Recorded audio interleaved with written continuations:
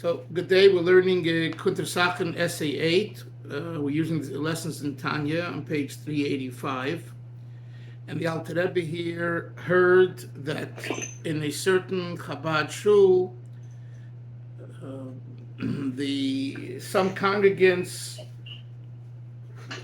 pressured and made the Baal Tefillah, the Chazan, go, not lead the congregation because he was going too slow.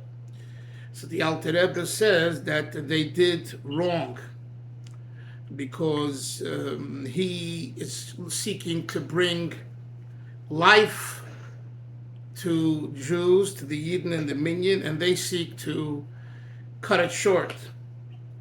And it's, let's see his language himself here.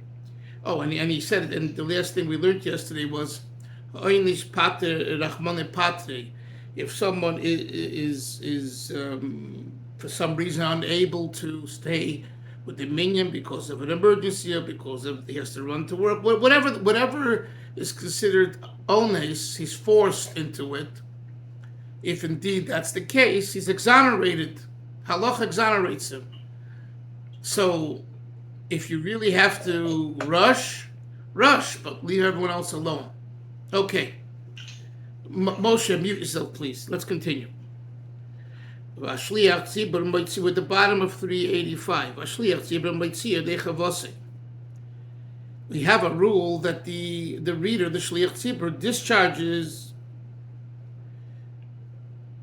the obligations for him. That's why we have the loud Shmon Esrei, that there's times when the person isn't able to. The Shliach Tzibur, it has him in mind. Af Shama, although he did not hear them recited, it's Ki'ilu Shama, Shukaone Mamish. Halacha says, Shomeya Ki'oine. When you hear it, it's as though you've actually responded with your mouth. Shomeya Ki'oine. B'meila, even if you have to rush, and if you hear it, it's K'shemeya Ki'oine. Next page, 386. Unlike other instances, I'm reading the note, of duress, where the Torah indeed exonerates the individual concerned, but does not consider him to have performed the omitted act. In this instance, he is considered to have done it, for the reader discharges his obligation for him. So that's the whole idea of a chazoras hashatz, of a chazan, a Baal Tefillah, where he exonerates those people who are, who are in the shul, Shomeya Ki'oine. Ukadisa b'gemara gabi am shebesodis. Now there's a halacha. It's known in halachic terms as the people in the field, am shebesodis. If you learn the halacha in Shulchan Aruch, you'll see that at times, let's say Friday night, we do a short version of Chazaras Hashatz, right? It's Ma'ariv. We do what's called Birchas Mein Sheva, a bracha that has within it the seven brachas that we normally would do on Shabbos. Why don't we do the whole thing? Why don't we spell out the 7 brachas? So halacha says it's because there's a reason. It's because it was dark at night, it was unsafe, and the later it got, the more dangerous it was. The Mela, you wanted to rush up, hurry up, the end of davening. And that's why you don't do a Chazaras Hashatz that with articulating 7 brachas. You do bracha achas me'ein sheva, 1 bracha that has within it 7. This is in halacha. So that's what Alter Rebbe is quoting here. Look, Ukadisa b'gemara gabi am shebesodis. We're on page 386 in Lessons in Tanya. The Gemara says regarding the people in the fields, Danise, they are considered under duress. The yotzim midei chayves shmon esrei atzma bechazaras hashatz. and they fulfilled their obligation through Chazaras Hashatz, Ki'ilu Shamu Mamish, as though they've actually heard it themselves. And not only at participating in the responses of Baruch and Kedusha, but the readers participation as if they had actually heard it from him. So we have this concept in Halacha Shomea Ka'ina, the Gam Kedusha Baruch Hu B'chalal Kedusha Baruch Hu. It's not just one Esrei, it's also Kedusha Baruch Hu, which are fulfilled through prayers, Rebbe's prayers, the reader's prayers. By the way, you probably noticed, because I've seen it more in Eretz Yisrael, but we have it here too. Sometimes before Aleinu, after Kaveh, they say Kaddish. They say Baruch Hu Hashem Amvayrach. Now, straight Minish Ashkenaz out here, it's not supposed to be done, but once in a while we have some in the shul doing it. I think one of the reasons for that is also for those that came late to get in a Baruch Hu. The point I'm making is that we find in Halacha an acceptance of someone's kind of weaknesses or issues, legitimate ones that made them late, or I can't hang around because I got to run to work. 1 second, Moshe. I got to read some text before we bring the rest of the half hour. So we find this concept in Halacha. So the Alter Rebbe is using this to explain to this group of Hasidim, Lubavitcher Hasidim, Chabad Hasidim, who put this pressure on the Baal Tefillah, and they stopped him from being the Baal Tefillah because he was davening too slow, because they had this and this and this issues. The Alter Rebbe is showing us examples in Halacha where you're exonerated if it's indeed an ones, right? And Halacha, and the Alter Rebbe shows, Halacha takes that into consideration. So this, you understand what he's doing here? So the Alter Rebbe is not just giving you his feelings, sir. Hey, you jerk. Because you have to run to work, you have to go pressure someone. He's not saying that. He's saying that if you really have to go and you're in oinus, you have legitimate exoneration halachically. Because we find similarities in halacha to situations where there is an exemption. Yes, Moshe. Yeah, real quick. I noticed that it's interesting you mentioned about the Baruch Hu. So at the end of davening, so you see for sure here in Eretz Yisrael, in general, it's very, very common. In Nusachari, we don't have it, and you see that people are very makbid, except for Friday night. So my question: why Friday night? I believe, I haven't looked into the halacha in quite a while, but I believe it's because of Am Shebesodis again. Because it's not only that they're afraid to leave late because they could be hurt, because of the situation, but they came late also. So if they came late, they missed Baruch Hu. So you do a Baruch Hu. Why Dafka Friday night? I don't recall if it says it in Halacha, but it could be because that was the only time. That was the only. Yoni, could you mute yourself, please? That was the only time that they came to shul, Moshe. They were working hard. They didn't make it into a shul, yeah. So you see from those halachas that they came, Shabbos comes, they stop working. No, you imagine they're tired, they lay down, they wake up late. So I think that's the reason. It has to be looked into the commentaries on those halachas, and I believe it'll say it there for sure. And believe that if I get a chance, I'll look it up later and tell you. Anyway, let's continue. Rabbi, what about in Ma'ariv, in Chutz La'aretz, where they say after Hashkivenu Baruch Hashem? We don't say that in Eretz Yisrael. We go Hashkivenu Shomar V'Yisolad and Kaddish. Where you say that whole thing. No. The you here doesn't say it. Minik Chabad is not to say it either. What are you asking? It's a halachic debate whether it's a hefsek or not. Two opinions. So some say the shaila is. Well, we learn. Go ahead. No, you go ahead. Go ahead.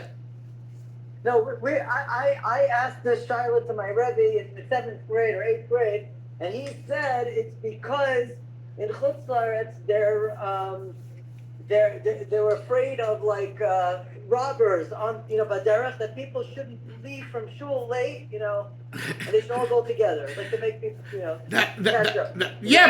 But Yoni, I just said that before. But what does it have to do with saying or not saying the extra tefillah after Hashkivenu? No, because it widens the davening, it extends the davening. Yeah. If somebody comes late. I definitely heard that before. Also, I learned that in the past. Exactly what Yoni said. The dafka, it was put in so that to keep people in shul longer, so everybody leaves together because of the safety issue. I remember definitely learning that in the past. I believe I did come across that, but my recollection is that there's a shaila of a hefsek.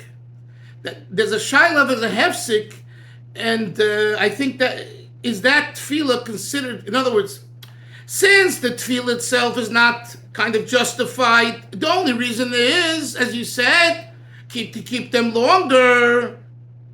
So is it considered a legitimate? Is it considered a hefsek between the end of Ashkivenu and the Kaddish?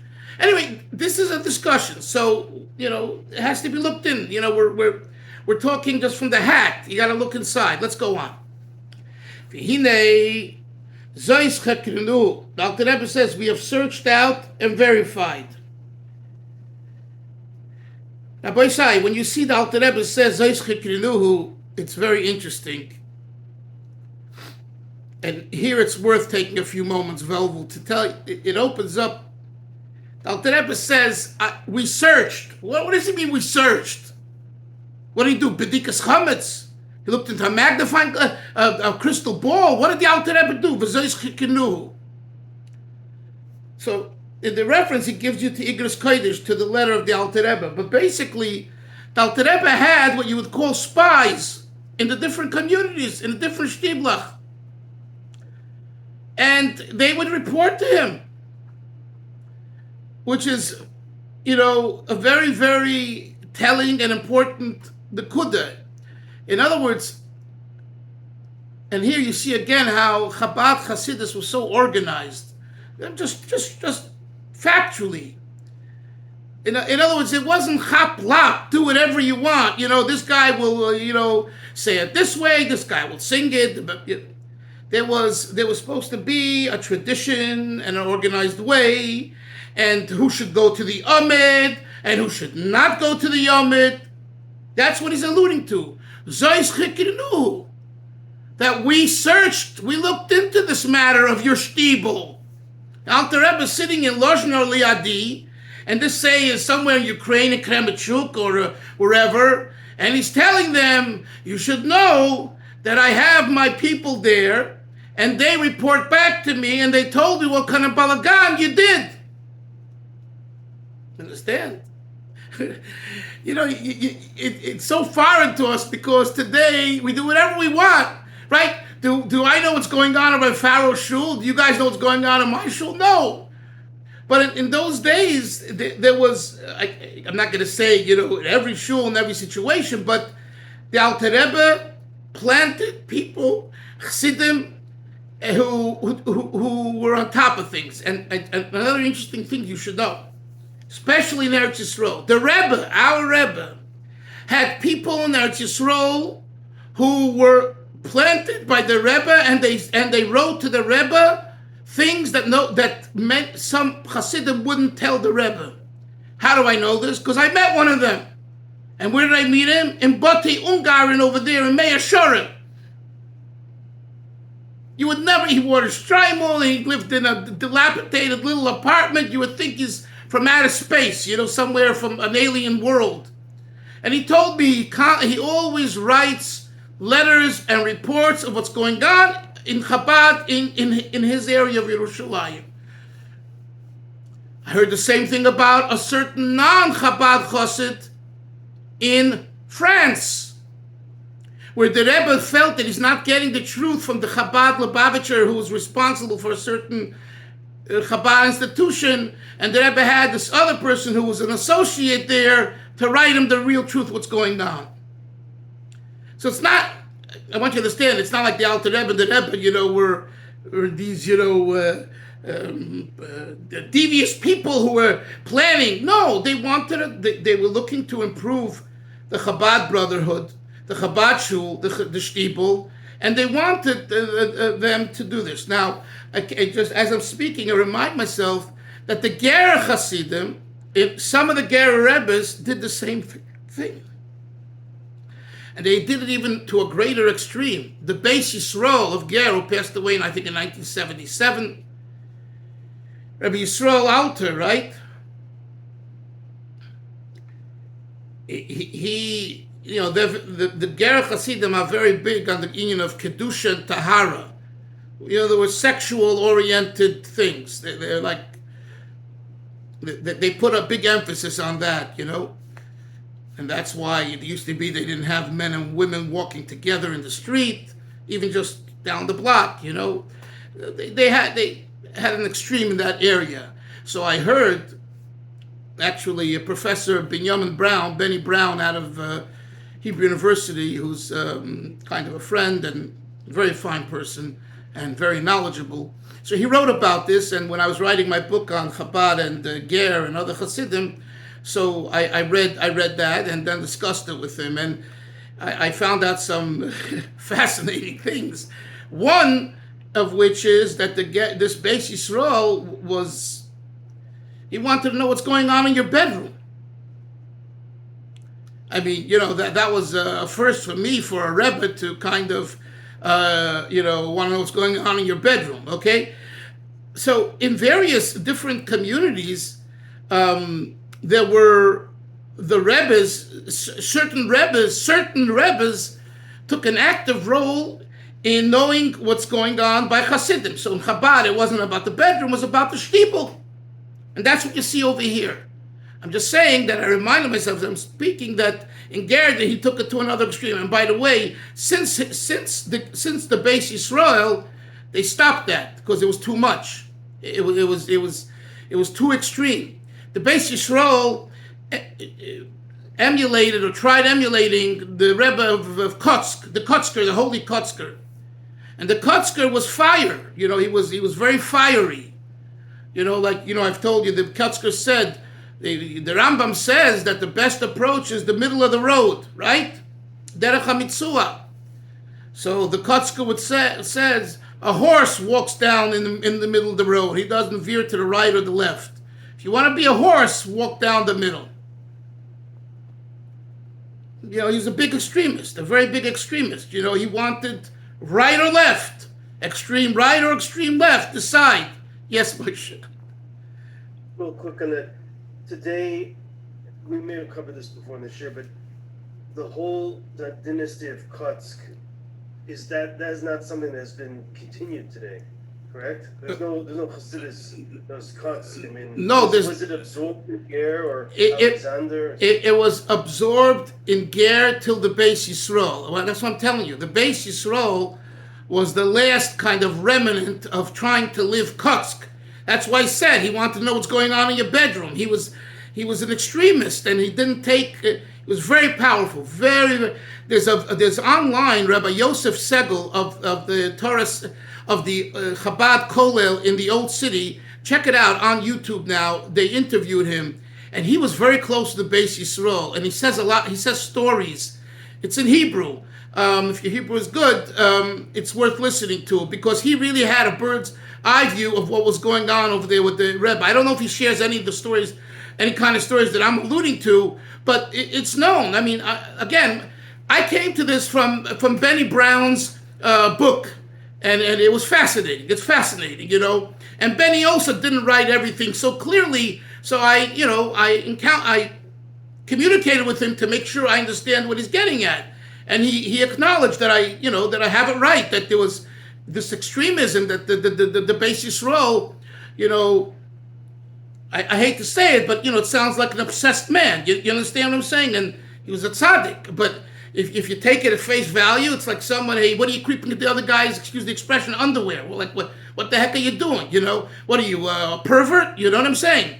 Yeah, if you take it at face value, that's the way. But chas v'sholom, I want to say for the record, he was a tzaddik. But it definitely has those undertones, So the Beis Yisrael was the last kind of, Moshe, I'm answering your question. He was the last kind of Kotzker style. But they saw it was too much. And people were divorcing it. There were issues. The people can't handle it. And that was in the 60s and 70s. So after he passed on, the B'nai Menachem took over, the Leib Simcha took over, now Rabbi Yankel took over, now, it just,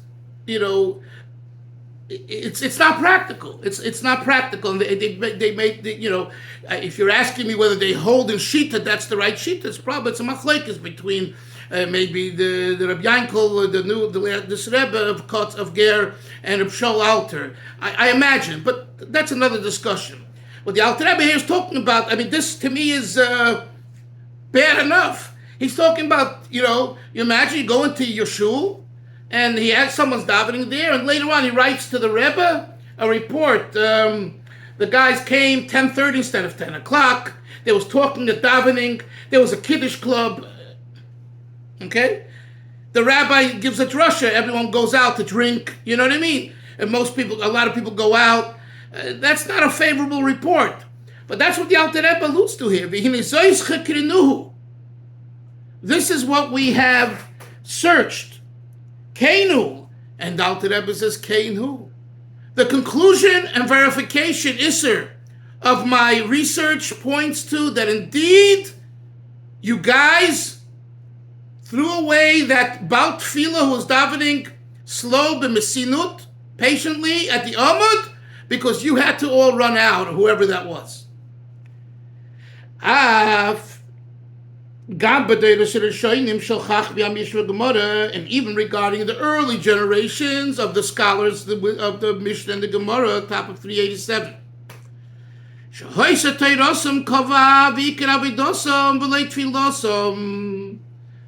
Then, what was the primary mode of service during the time of the Mishnah and the Gemara? It was Torah study. V'lei tfilosom. Not that they didn't daven. Don't make the mistake here, Hillel. They davened, of course. But the emphasis wasn't on tefillah. The emphasis was on Torah learning. Mishnah, Gemara, etc. Says the Alter Rebbe. What? That's the emphasis in the Litvish Avel. Yeah, but this is pre-Litvish, pre-Chassidish. You're talking about 2,000 years ago. The Bismana Gemara va Mishnah, the emphasis was Torah learning, not avoid tefillah. They did both. They learned and they davened. The question was, what did they emphasize? So let's see what he says. So even during that time, Umikoshkein, Ato, and needless to say now, the Alter Rebbe says now he means 200 years ago, right? When he's writing this letter.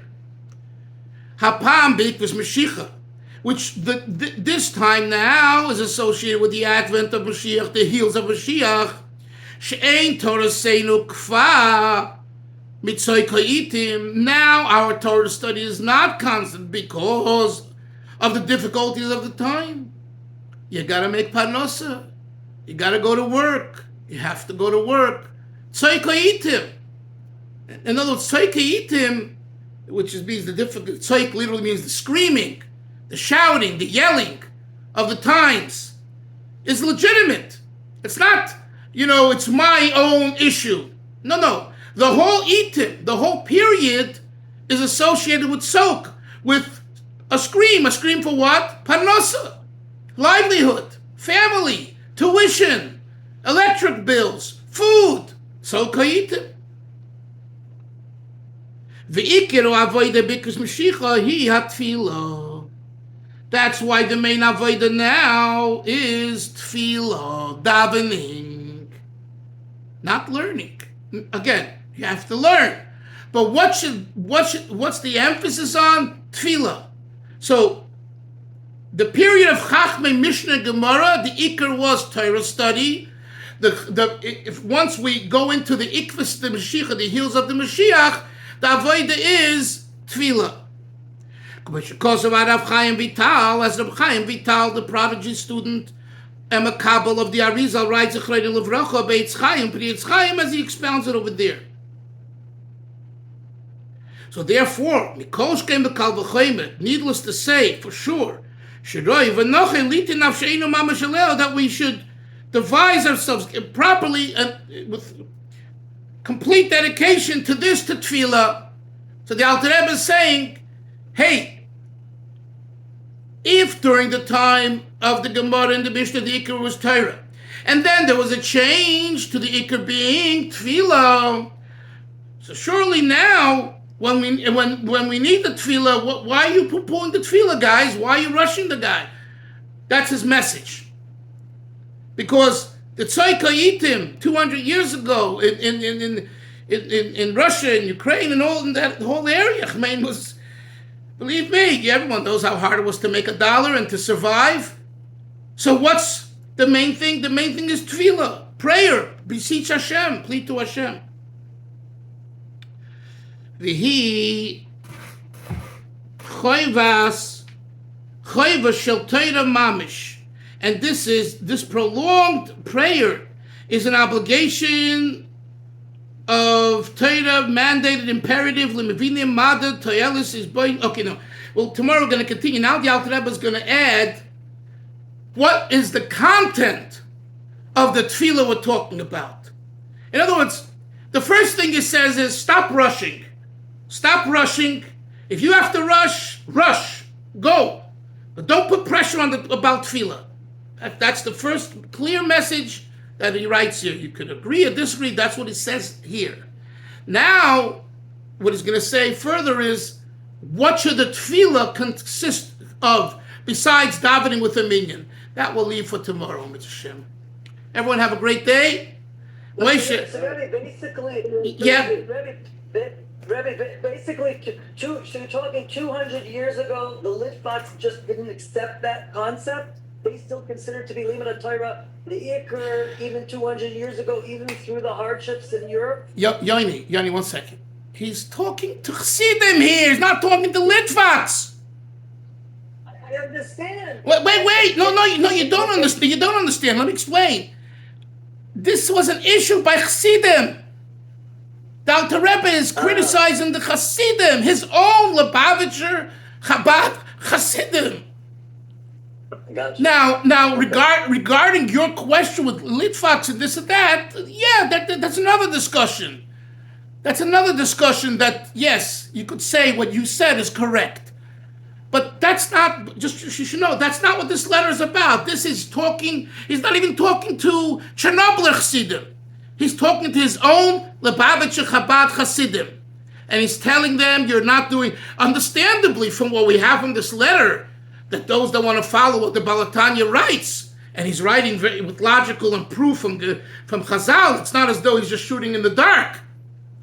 It applies to everyone. It would apply to everyone, but that's already, I've discussed this with people in shuls over the years, and some would say, I'm not a Chabadnik, I don't have to follow the Balatanya.